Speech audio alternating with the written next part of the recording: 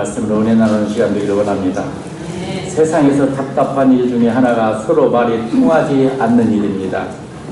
말이란 입으로 하는 말이 아니라 손짓, 발짓, 눈짓 등 소위 몸으로 통하는 언어, 바디 랭귀지라는 말도 있습니다. 그래서 아주 어린아이가 울거나 몸짓으로 자기 의식을 표현하면 그 어머니는 무슨 뜻인가를 알아듣습니다. 이렇게 말이란 여러 가지 형태가 있지만 어쨌든 서로 통하면 되는 것입니다. 문제는 같은 말을 사용하면서도 또는 함께 살면서도 통하지 않는 불행이 있습니다. 요즘 흔히 기성세대와 젊은이들 간에 대화가 통하지 않는다고 대화 단절의 심각성을 느끼고 살고 있습니다.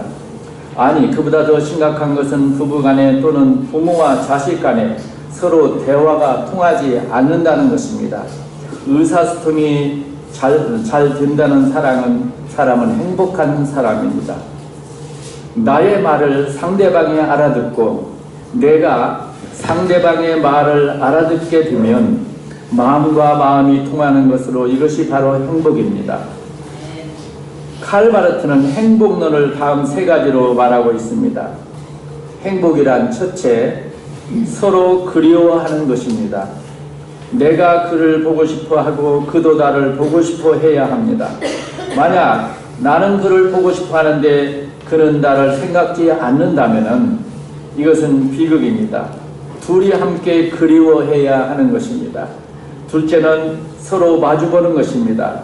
나는 그를 보는데 그가 다른 사람을 본다면 얼마나 슬픈 일이겠습니까? 눈과 눈이 서로 마주쳐야 합니다. 아기들은 엄마의 눈을 마주치기를 좋아합니다. 그 마주친 엄마의 눈동자 속에서 자기 얼굴을 보며 엄마 눈 속에 자기가 들어있다고 기뻐하는 것입니다. 그러나 점점 자라면서 자기의 세계를 갖기 시작하면서부터 엄마의 눈을 피합니다. 벌써 행복의 요소가 엄마에게서부터 멀어지기 시작하는 것입니다. 첫째는 자기 마음을 다 주고 그의 마음도 다 받아들이는 것입니다.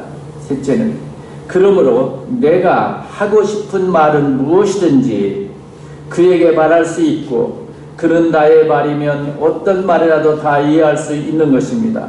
내가 하고 싶은 말을 가리지 않고 무슨 말이라도 할 수 있는 대상이 있는 사람은 참으로 행복한 사람입니다. 동시에 나도 그의 말이면 무엇이든 이해하고 전부가 사실이라고 진실로 듣습니다. 이것이야말로 완전한 소통이 되는 것이고 행복을 느끼는 것입니다.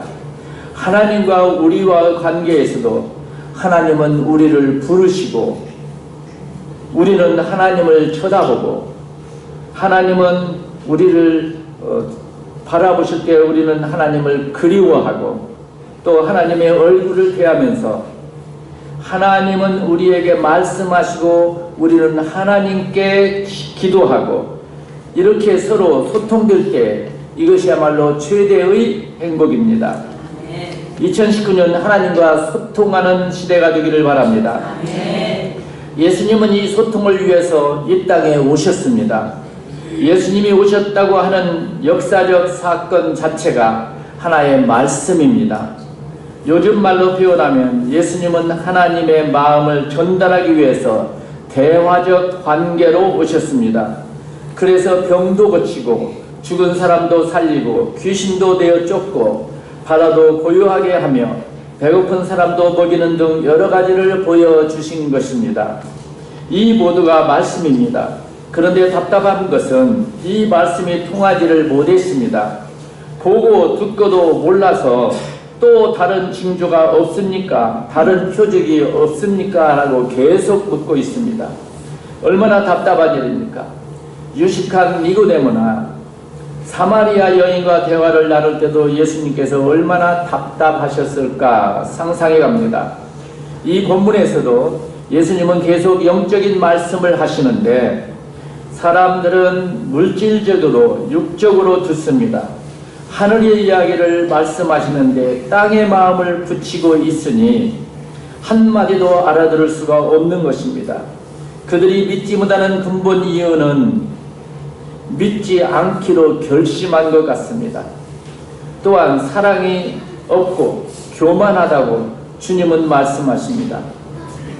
겸손은 배우는 자의 기본 자세입니다. 언제나 상대방이 나보다 낫다고 생각하는 사람에게는 발전이 있습니다. 그러나 내가 제일이라고 생각하는 사람은 그것으로 끝이며 발전이 없습니다.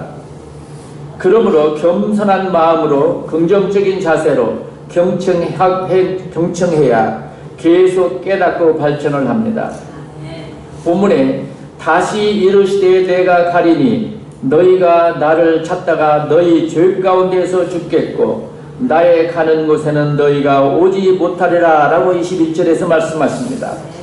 간다, 온다, 오지 못한다 등 예수님께서는 어려운 말씀을 하셨습니다.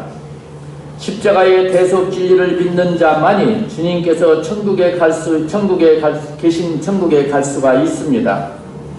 즉 주님이 바리새인들에게 당신의 죽으심과 부활, 승천 그리고 당신을 배척한 자들의 결국에 대해 예고하신 말씀입니다. 여기서 내가 가리니 라고 하시는데 이 말씀은 십자가 대속사역을 마치신 후 부활하여 하나님 보좌 우편으로 영광스럽게 승천할 것을 가리키는 말씀입니다. 주님은 주님을 배척하는 자들은 죄 가운데서 죽어 주님이 가신 영광스러운 천국에 이르지 못하리라고 경고하신 것입니다. 주님은 그들에게 나의 가는 곳에는 너희가 오지 못하리라고 단언하셨습니다. 그래요. 예수 그리스도를 대적하고 불신하는 한 어느 누구도 주님 계신 천국에 결탄코 들어갈 수가 없습니다. 왜 그러냐 하면 예수님만이 하나님께 갈 수 있는 유일한 길이 되시기 때문입니다. 요한복음 14장 6절의 말씀입니다. 여러분, 우리는 주님 가신 곳으로 가야 합니다. 천국에 가서 주님을 만나 뵙는 것이 우리 성도들의 소망입니다. 그렇다면 주님 가신 천국으로 가려면 어떻게 해야 하겠습니까? 주님은 저 높은 천국 보좌에만 계실까요? 그렇지 않습니다. 이 땅 가운데에도 계십니다. 바로 지금 이 자리에도 임재하고 계십니다. 주님은 교회가 선포하고 증거하는 십자가 진리 속에 계십니다. 그러므로 누구든지 믿음으로 십자가 대속 진리를 영접하면 그것이 곧 주님을 만나는 길이요 주님 계신 곳으로 갈 수 있는 비결입니다. 주님은 주님의 십자가 대속 은혜를 믿고 주님을 구주로 영접한 성도들을 주님이 계신 곳으로 데려가시겠다고 약속하셨습니다. 곧 가서 너희를 위하여 처소를 예비하면 내가 다시 와서 너희를 내게로 영접하여 나 있는 곳으로 너희도 있게 하리라 라고 요한복음 14장 3절에서 약속하셨습니다. 우리 인간의 약속은 깨지기 쉽지만 하나님의 약속은 절대로 어기는 일이 없습니다. 그런데 그들은 전혀 이 말을 알아듣지 못해 기껏 해석한다는 것이 도대체 어디로 가시려고 하는 것일까? 아마 자결하시려나 보다 라고 생각을 했습니다. 내가 가는 곳에 너희가 오지 못한다는 말씀에서 자살밖에 생각하지 못하는 그들이었습니다. 이스라엘 사람들에게는 자살이 큰 죄였습니다. 자살은 자기 몸에 대한 살인이므로 무서운 제목입니다. 어쨌든 그들은 알아듣지 못하고 엉뚱한 상상을 했습니다. 이런 사람들을 놓고 그래도 주 예수님께서는 계속 영적인 세계를 말씀하고 계십니다. 한편으로 생각하면 그들은 예수님을 핍박하는 사람들이었으므로 알아듣지 못하는 것이 당연했는지도 모릅니다. 사실 그 당시 예수님의 12 제자들도 확실한 것은 몰랐던 것 같습니다. 요한복음 14장 1절에서 예수께서 너희는 마음에 근심하지 말라 하나님을 믿으니 또 나를 믿으라고 말씀하십니다. 또 이어서 내가 가서 너희를 위하여 처소를 예비하면 내가 다시 와서 너희를 나 있는 곳에 영접하겠다라고 요한복음 14장 3절에서 거듭 말씀하시는데 도마는 주여 어디로 가시는지 우리가 알지 못하거늘 그 길을 어찌 알겠사옵나이까? 라고 또 14절 5절에서 또 말하고 있습니다. 예수님의 제자도 이렇게 몰랐으니 다른 사람들은 알기가 더욱 어려웠을 것입니다. 제자들도 예수께서 십자가에 돌아가시고 부활 승천하시고 오순절 성령이 임하고서야 비로소 그 의미를 확실하게 알았던 것 같습니다. 이 본문 중요성은 언젠가는 알 수 있는 기회가 주어진다는 것입니다. 그러나 알 수 있을 때 알지 아니하면 그 다음은 모르게 됩니다.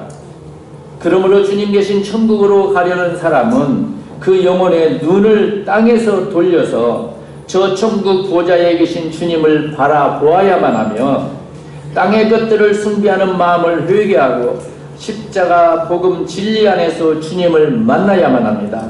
이런 주님 만나시기 바랍니다. 우리 성도님들은 이미 영광스러운 주님을 만나 구원의 은총을 받고 천국을 보장받았습니다. 우리는 메시아를 찾으려고 하는 무지한 자들을 깨우치고 전도하여 그들도 주님 계신 곳으로 갈 수 있도록 도와줘야 할 사명이 있습니다. 믿을 수 있을 때 마음 문을 열지 아니하면 후에는 믿으려고 해도 믿어지지 않는다는 것입니다. 생각해보면 우리들에게도 참 좋은 기회가 있었습니다. 그때 조금 더 겸손하고 낮추어서 그 진리를 받아들였더라면 지금쯤은 더 많은 것을 알았을 것입니다. 어느 순간 나도 모르게 마음을 닫아버렸으면 자신도 모르게 마음이 비뚤어지고 완악해져서 진리를 진리로 들을 수 없는 기형적인 인간이 되고 갑니다. 정말 불행한 일입니다. 하나님의 말씀 깨닫는 것이 얼마나 큰 축복인지 모릅니다. 이런 축복 누리시기 바랍니다. 기회는 누구에게나 주어집니다. 젊은 사람이면 누구에게나 공부할 기회가 주어지듯이 우리 모든 사람들에게 진리를 영접할 수 있는 기회가 여러 번 주어집니다. 그때마다 나는 선택할 수도 있고 거역할 수도 있습니다. 말씀을 읽든지 듣든지 교회 나오든지 그때그때 나에게 들려지는 말씀이 있습니다. 그럼에도 불구하고 그것을 거역하면 그 다음에는 말씀을 알아듣지 못하게 됩니다. 기회가 제한되어 있음을 알아야 합니다. 진리를 깨닫는 것도 기회가 있는 것으로 늘 열려있는 것은 아닙니다. 어느 순간 결정적인 때가 있으므로 놓치면 힘이 듭니다. 많은 사람들로부터 진작 믿었더라면 하는 후회의 소리를 들을 수가 있습니다. 나이가 들어 이제 시작하려니 과거에 놓친 기회들이 아쉬운 것입니다. 기회가 항상 주어지지 않음을 명심해야만 합니다. 그런 의미에서 보면은 말씀을 받아들인다는 것이 혹은 말씀이 들려진다는 것도 얼마나 큰 축복인지 모릅니다. 그러면서도 심판적인 요소가 있습니다. 처음에는 내가 거역하는 것이지만 다음에는 들을 수 없게 되므로 기회가 없어진 것이고 믿을래야 믿을 수 없게 되므로 심판적이라는 말입니다. 보고 듣고 한편으로는 깨닫지만 믿어지지 않는 것처럼 괴로운 일은 없습니다. 믿는 자에게 가장 큰 괴로움이 두 가지가 있습니다. 하나는 기도가 응답되지 않는 것입니다. 또 하나는 하나님의 말씀이 믿어지지 않는다는 것입니다. 이 두 가지는 결정적인 괴로움입니다. 인간관계에서도 마찬가지입니다. 세상에 믿을 사람이 아무도 없다고 생각하는 사람은 정말 불행한 사람입니다. 아직도 나쁜 사람보다는 좋은 사람이 훨씬 더 많은 세상이므로 한두 사람에게 배신당했다고 모든 사람에게 배신당할 것처럼 원망하고 미워해서는 안 되는 것입니다. 내가 만난 나쁜 몇 사람 때문에 정부가 나쁘다고 말해서는 안 됩니다. 서로서로 믿어야만 합니다. 그러나 믿으려고 해도 믿어지지 않는 것은 그 자체가 심판임을 우리는 알아야만 합니다. 이것은 현재적 심판이라 하고 앞으로 죽어서 하나님 앞에 갔을 때 받는 심판이 종말론적인 심판이라고 합니다. 가야바의 마음이나 바리새인들의 마음가짐은 현재적인 심판입니다. 예수님을 그렇게도 알아듣지 못하는 그들을 향하여 분석, 비판하고 계십니다. 자, 8장 23절에 예수께서 이르시되 너희는 아래에서 났고 나는 위에서 났으며 너희는 이 세상에 속하였고 나는 이 세상에 속하지 아니하였느니라 라고 말씀하십니다. 소속이 다르고 뿌리가 다르다는 이야기입니다. 그러므로 우리가 하나님 앞에 나온다는 것은 위로부터 다시 태어난다는 중생을 의미하며, 세상에 속했다는 것은 세상의 정욕과 욕심과 시기와 질투와 교만에 꽉 붙들려 자유가 없다는 것을 말하고 있습니다. 그러므로 세상에 속한 마음을 그대로 가지고 교회에 나오면 10년을 나와도 진리가 들어가지 못한다는 것입니다. 그것이 바로 큰 문제입니다. 이 사실을 바로 알고 나의 소속을 옮겨야만 합니다. 주님의 영접을 받고 은혜를 얻고 영생을 누리려는 사람은 그 삶의 소속을 바꿔야만 합니다. 빌립보서 3장에서 바울이 말한 것처럼 우리의 시민권은 하늘에 있어야 합니다. 골로새 3장 3절에서도 보면 너희의 생명이 그리스도와 함께 하나님 안에 감추었느니라 라고 벌써 내 이름이 하늘나라에 가 있다고 말씀하고 있습니다. 그러므로 내가 사는 곳은 이 땅이 아니라 하늘나라 호적이 있으므로 아무 때나 오라 하시면 그곳으로 가는 것입니다. 이것이 그리스도인의 소속입니다. 기준이 하늘에 있고 중심과 목표가 하늘에 있어야만 합니다. 마음이 가난한 자는 복이 있나니 천국이 저희 것이요 핍박당하는 자는 복이 있나니 천국이 저희 것이요 화목하는 자는 복이 있나니 하나님의 아들이라 일컬을 것이요 모든 것의 소유가 하늘에 있습니다. 그러므로 비록 우리가 이 땅에 살지만 땅에 배어서는 안 된다는 것입니다. 돈을 벌고 살지만 돈의 종이 되어서는 안 되는 것입니다. 성공도 실패도 하나님의 뜻을 기준해서 생각하고 얼마나 벌었느냐에 있는 것이 아니라 얼마나 진실했는가에 초점을 맞춰야만 합니다. 우리의 소속이 이 땅이 아니라 하늘나라에 있기 때문입니다. 하늘나라에 마음을 둔 자는 하나님과 잘 통하며 언제나 새롭게 말씀이 들려지는 것입니다. 예수님을 반드시 믿어야 하는 이유는 다시 말씀하고 있습니다. 다시 이르시되 내가 가리니 너희가 나를 찾다가 너희 죄 가운데서 죽겠고 나의 가는 곳에는 너희가 오지 못하리라 라고 21절에서 이렇게 또 말씀하고 있습니다. 너희가 나를 믿지 아니하면 너희가 나를 믿지 않으면 결국은 죄 가운데에서 그대로 죽어야 한다고 말씀하십니다.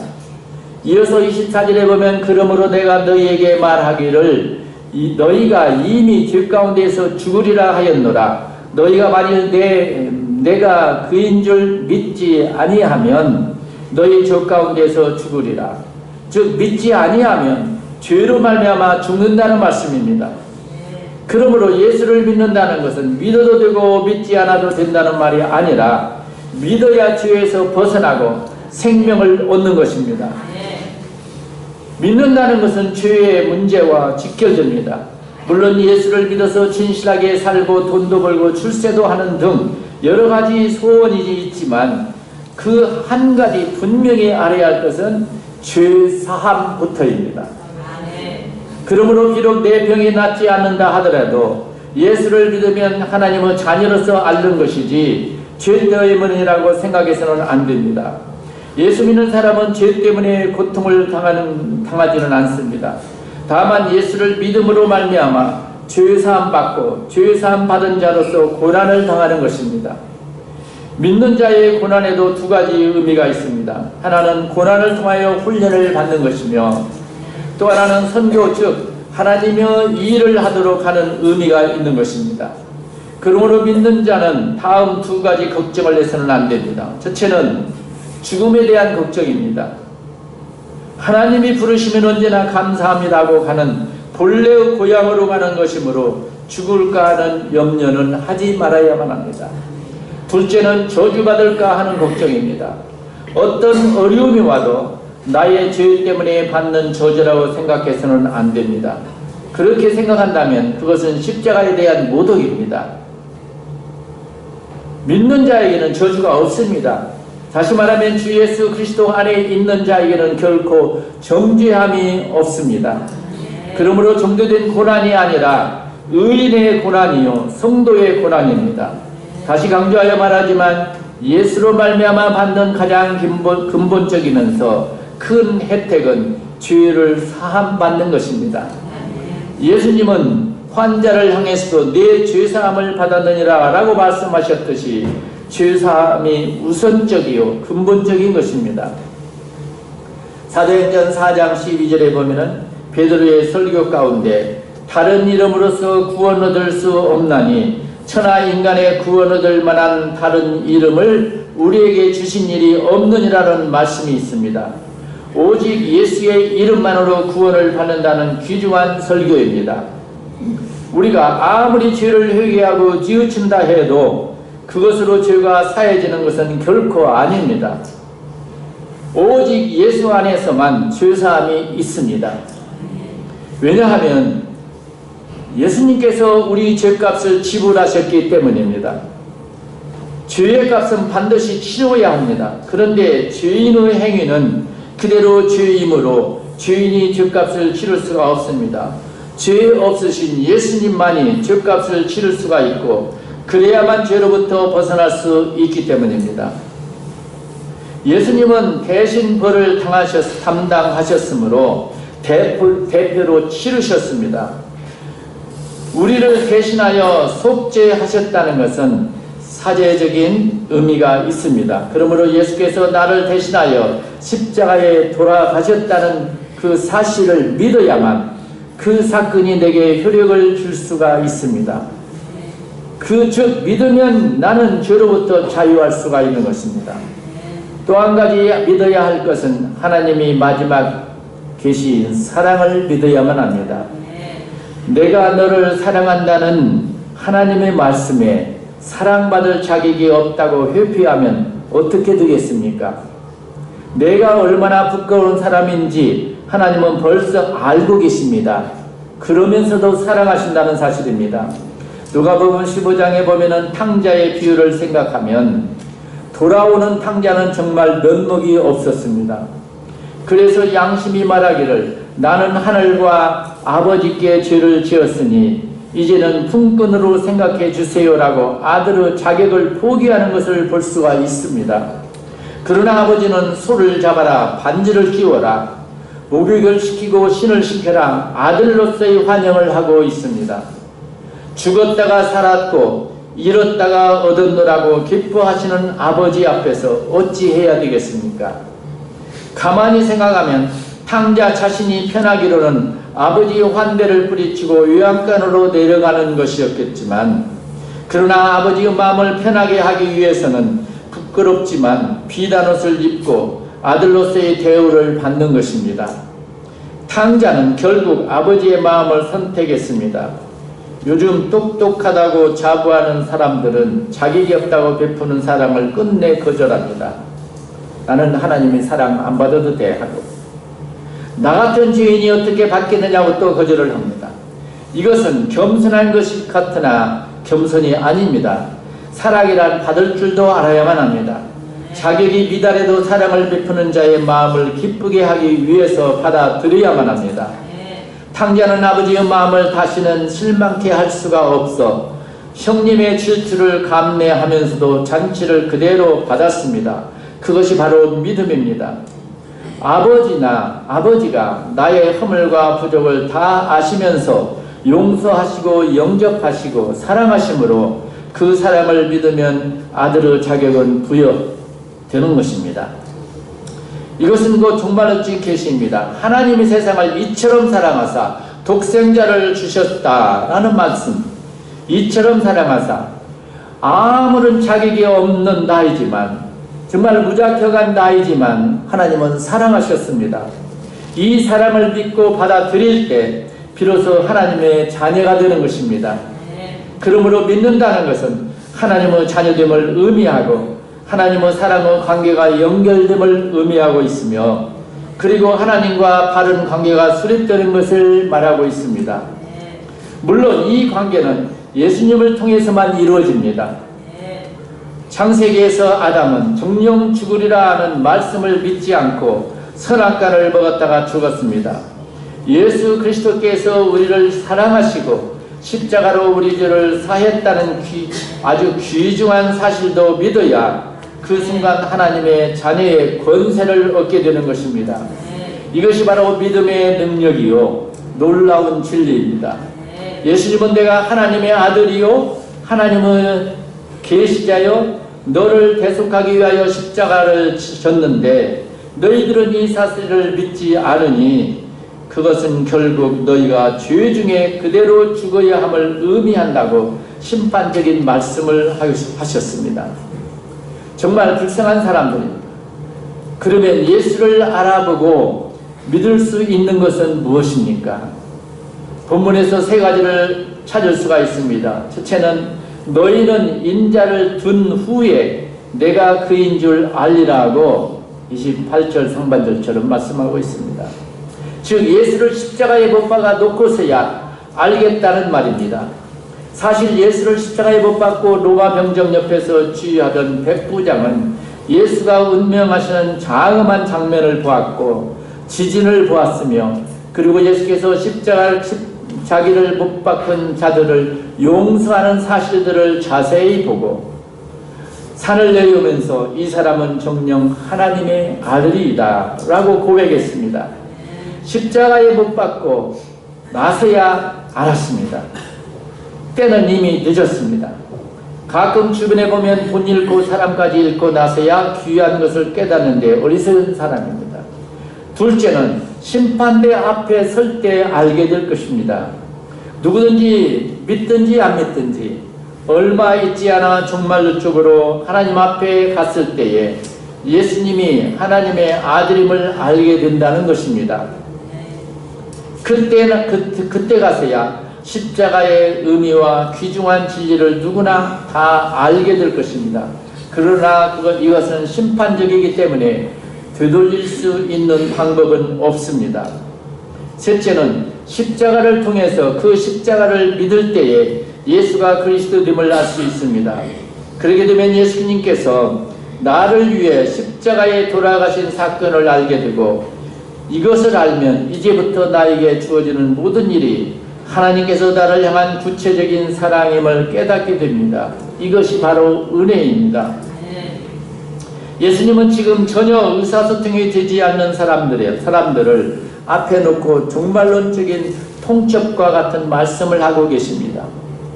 우리는 이것을 이해해야만 합니다. 예수가 하나님의 아들됨과 그가 나를 위하여 십자가에 돌아가신 복음의 진수를 우리는 바로 듣고 믿어야만 합니다. 사도 바울의 말처럼 아들을 아끼지 아니하시고 나에게 주신 이가 아들과 함께 어찌 모든 것을 은사로 주시지 않겠습니까? 어떤 악조건 속에서도 최선을 다해 하나님의 뜻을 행하면 하나님이 반드시 열매를 거두시게 됩니다. 30절은 주의 말씀을 듣고 많은 사람이 주님을 믿게 되었다는 내용입니다. 주님은 주님을 믿어야 영생을 얻는다는 진리를 계속 전했습니다. 이렇게 주님께서 영생의 도를 가르치는데도 바리새인들과 영적으로 무지한 자들은 주님의 말씀을 계속 조롱하며 주님을 비웃고 멸시했습니다. 주님이 하시는 말씀을 도무지 깨닫지 못했습니다. 그럼에도 주님은 그들의 죄를 지적해 주시고 하나님 아버지가 주님과 함께 하심을 감사했습니다. 그리고 그 결과 많은 사람들이 주님을 믿은 열매를 거두게 된 것입니다. 성도 여러분, 때로는 우리가 하나님을 향해 봉사하고 헌신하고 희생한 일들이 다 숲으로 돌아가는 것처럼 보일 때가 있습니다. 전도를 해도 상대방이 너무나 죄에 깊이 빠져 있어 희망이 보이지 않을 때도 있습니다. 그러나 하나님에 대한 충성의 마음과 믿음으로 심은 것은 하나님께서 반드시 그 열매를 거두게 하심을 믿으시기 바랍니다. 하나님은 우리의 수고와 충성을 결코 헛되게 하시지 않습니다. 성도 여러분, 본문을 통해서 우리는 주님이 대적자들 앞에서 어떤 자세를 지니고 행하셨는가를 주시하시고 본받아야만 합니다. 주님은 대적자들에게 주님을 믿지 못하면 반드시 영원한 죽임을 받게 되고 받는다고 선포하셨습니다. 우리도 담대하고 온유하게 우리를 조롱하는 사람들을 주의 길로 인도할 수 있기를 바랍니다. 이 말은 생각해보면 모든 것이 은사요, 모든 것이 사랑의 계시라는 말씀입니다. 여기서 결론적으로 우리가 고백해야 할 것은 하나님은 사랑이시다라는 말입니다. 2019년도 주님의 말씀이 나에게 주시는 말씀으로 믿고 하나님과 소통하는 해가 되기를 바라오며 하나님의 은혜 가운데 언제나 하나님이 함께 하시는 축복을 누리시기 바랍니다. 기도하시겠습니다. 전능하신 하나님 아버지, 우리를 구원하시려고 독생자 예수 그리스도를 이 땅에 보내사 십자가에서 우리의 죄를 대속하시는 애 감사합니다. 이 감사를 절대로 잊어버리지 않고 언제나 간직하면서 하나님 앞에